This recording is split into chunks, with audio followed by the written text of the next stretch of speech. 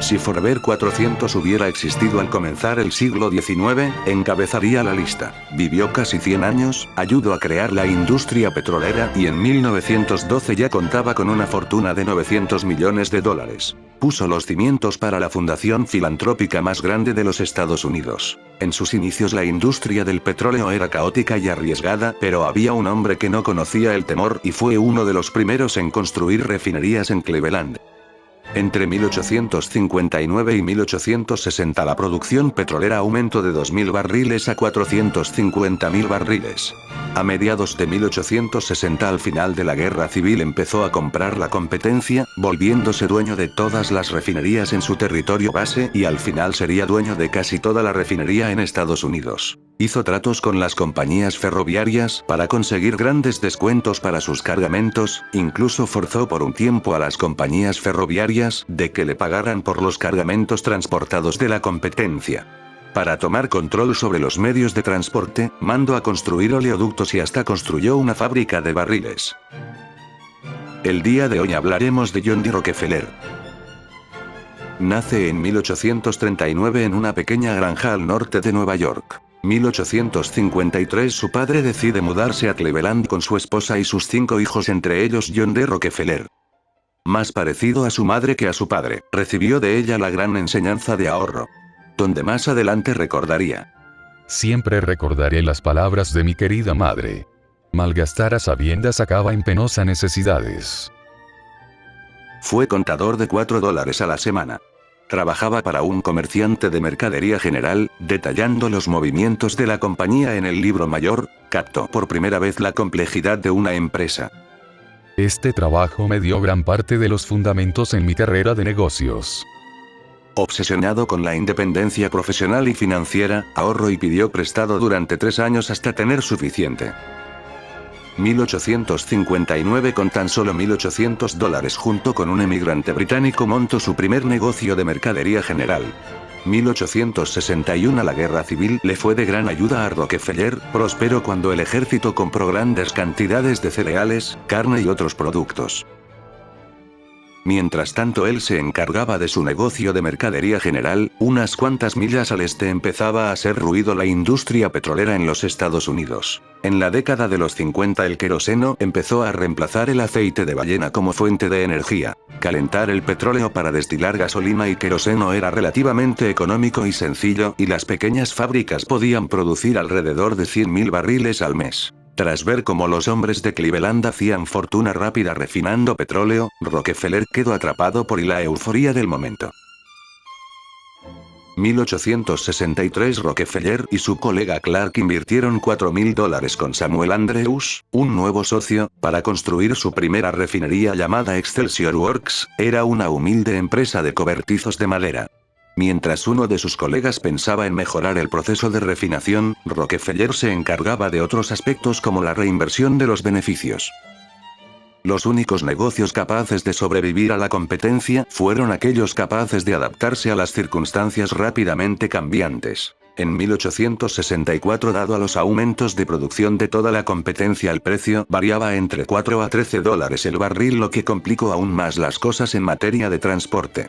Utilizó parte de su capital para montar una producción de barriles, con esto redujo los costos de $2.50 a 95 centavos el barril. 1865 para una mayor producción pidió un préstamo para levantar otra refinería. Esta refinería sería Standard Works. Esta vez no contó con el apoyo de sus colegas, que no estaban dispuestos a endeudarse más para financiar la expansión. Determinado a no retroceder, decide comprar la parte de la empresa a sus colegas por $72.500. Ese día parece haber sido uno de los más importantes de mi vida. Fue el día que determinó mi carrera. Semanas después disolvió la compañía de mercadería y se centró totalmente en el petróleo. Excelsior Works se había convertido en la refinería más grande de Cleveland, con una producción de 505 diarios. El éxito de su compañía se debió al determinado empuje y legendaria concentración de Rockefeller. Nunca olvidaré el hambre que pasaba esos días. Pasaba días y noches a la intemperie. Subía y bajaba de los vagones de carga cuando era necesario. Entre 1865 hasta 1870, dado a la gran euforia que había, todos querían dedicarse al negocio del petróleo, disparando así la producción de este, provocando la caída en picada de su precio, bajando de $10 a 50 centavos. Se construyó el primer oleoducto.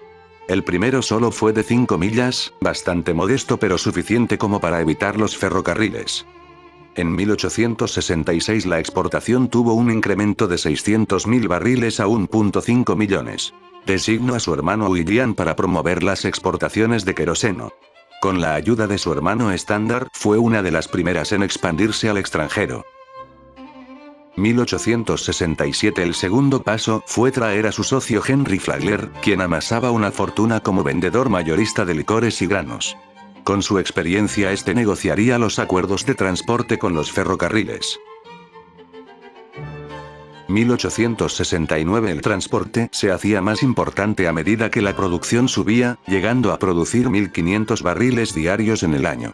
En ese momento fue cuando empezó a operar la economía a escala. Esto funcionaba así. Una refinería que produce 500 barriles pagaban 6 centavos por galón, en cambio una que producía 1.500 barriles se reducía a 3 centavos. En un intento por aislar a su compañía de los proveedores y vendedores, adquiere su propia flota de vagones, depósitos de almacenamiento cerca de ferrocarriles y bodegas en el puerto de Nueva York. En los años siguientes a la guerra civil, los excesos de producción produjo desastres en las refinerías, bajando los precios a la mitad. En estas circunstancias el socio Flagler fue de gran ayuda al negociar el costo con una compañía de ferrocarril. 1870 logra un acuerdo con Ferrocarril Lakeshore. Standard se comprometía a despachar 60 vagones diarios por una tarifa de $1.30 por barril, siendo el precio establecido de $2, teniendo una ventaja injusta pero legal sobre sus competidores. Rockefeller a los 31 años, tenía intención de seguir creciendo, con una clara perspectiva de lo que quería y entendía perfectamente bien su papel en la industria. Decidió controlar todas las refinerías de Cleveland en una sola firma, uniendo las dos que controlaban todas las refinerías, por un lado Excelsior Works y por otro lado Standard Works, y así fue como nació Standard Oil. Con un capital inicial de $1 millón, que con el tiempo se convirtió en una empresa multimillonaria. Ninguno de nosotros soñó con la magnitud de esta última expansión. Con Standard Oil, Rockefeller hace una visita a sus competidores más pequeños para hacerles una sencilla propuesta. Únanse a nosotros o tendrán que vérselas con los estragos de la alta competencia. Nosotros nos encargaremos de salvarlos de los fracasos del negocio de la refinación y les retribuiremos el capital de la fábrica y el terreno. O si lo prefieren, les quitamos el negocio. Rockefeller asistía regularmente a la iglesia bautista en Cleveland y colaboraba como inspector en la escuela dominical. Exento de bravatas y exhibiciones emocionales, medía cuidadosamente sus palabras y evaluaba a sus adversarios con ojos penetrantes. Aquellos que se resistían a sus propuestas, recibían un desapasionado recordatorio. Según mi criterio, usted no podrá hacer más dinero, no puede competir con Standard Oil. Tenemos todas las grandes refinerías. Si se rehúsan a vender, terminarán aplastados. En 2 años compró 23 compañías, 18 eran refinerías, todas ubicadas en Cleveland, excepto una.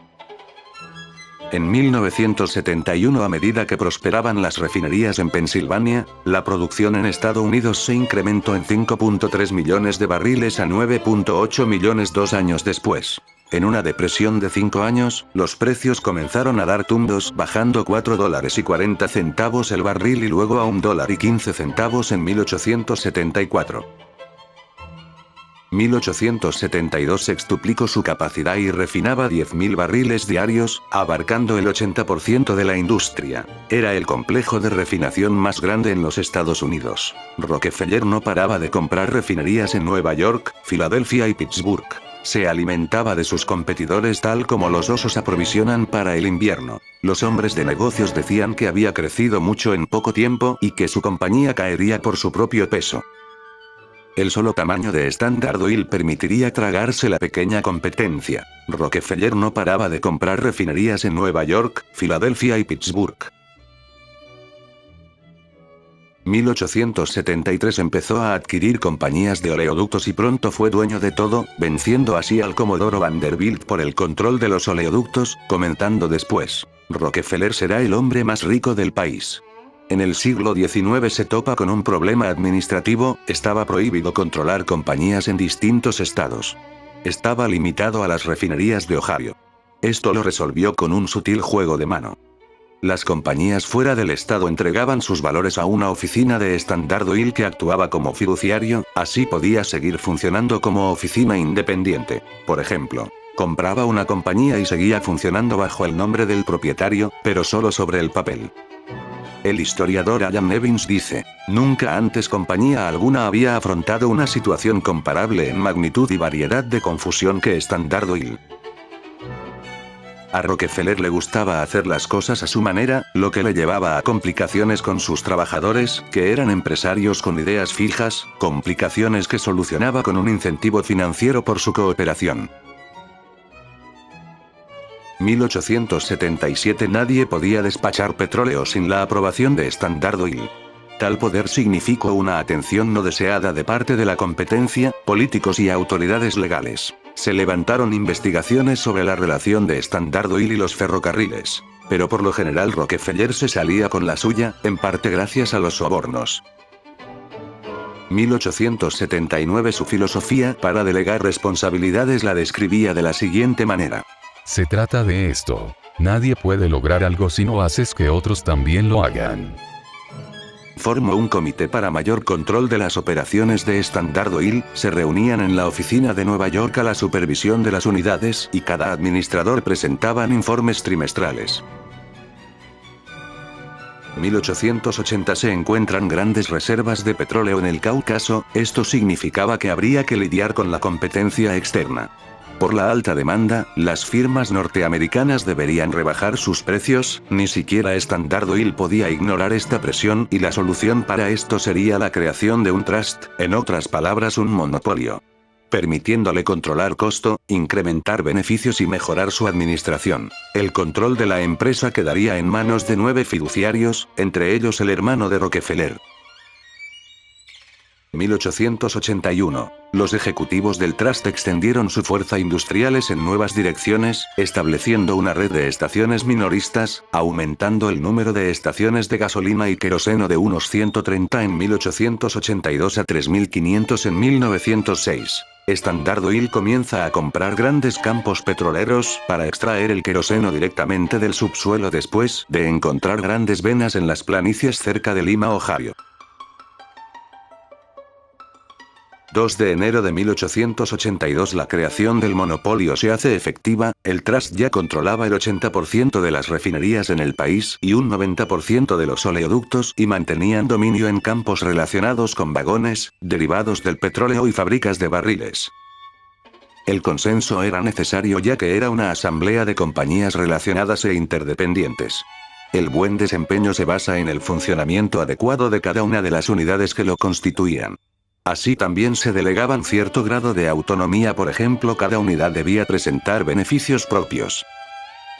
El modo de funcionamiento del Trust consistía en reuniones todos los días a la hora de almuerzo.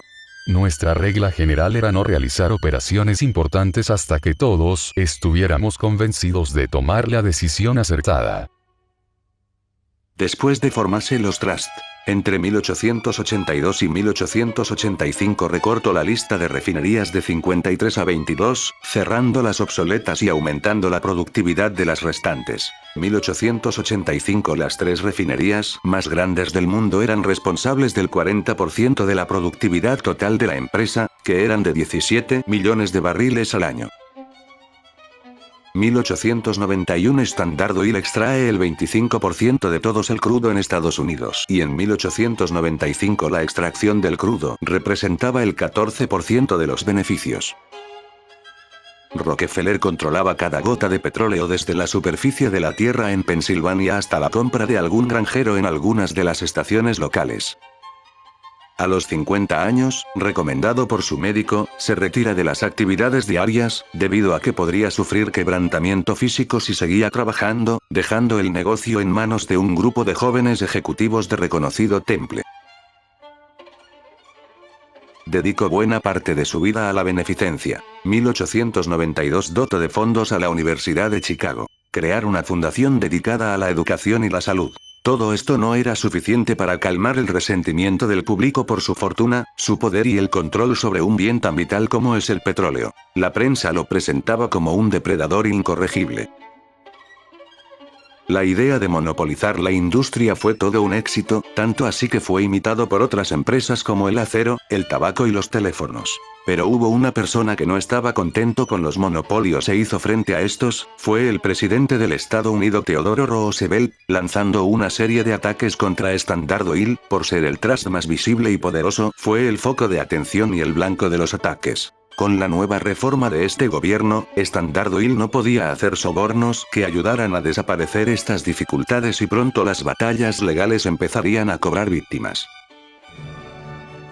1907 La primera víctima en caer fue Standard Oil en Indiana por su tradicional costumbre de pedir descuentos a los ferrocarriles y se puso una multa de $29 millones. 1908 se pide la disolución de Standard Oil en Nueva Jersey. El 15 de enero de 1911 la Corte Suprema falló en contra, ya que encontraban que era un monopolio inmoderado y le ordenó despojarse de 38 subsidiarias, transfiriendo a los accionistas de las compañías originales todos los bonos que habían negociado por acciones en el trust. Irónicamente, esta determinación enriqueció aún más a Rockefeller, puesto que era accionista de muchas de estas compañías y de repente voilà. Sin proponérselo se encontró en posición de un diverso portafolio de valores en negocios relacionados con el petróleo. Sin su progenitor las compañías siguieron prosperando, muchas de las acciones llegaron al mercado público donde los inversores clamaban por alguna de estas. En los 80 del siglo XIX los productos independientes tenían un costo de $1.05 el galón. Mientras que para Standard Oil 54 centavos en 1882 y bajó a 45 en 1885.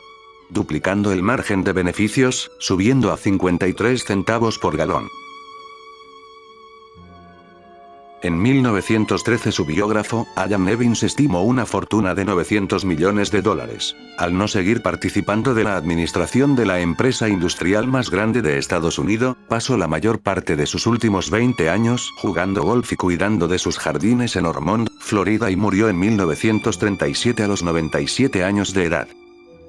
Muchas de sus prácticas eran ignominiosamente consideradas ilegales por la legislación de monopolio. Su contribución más duradera estuvo en los sistemas de administración que desarrolló y que integraban los diversos aspectos de su negocio. Dice el historiador Alfred E. Chandler, entender la historia de Standard Oil Company es básico para entender el nacimiento de las grandes corporaciones en la economía estadounidense.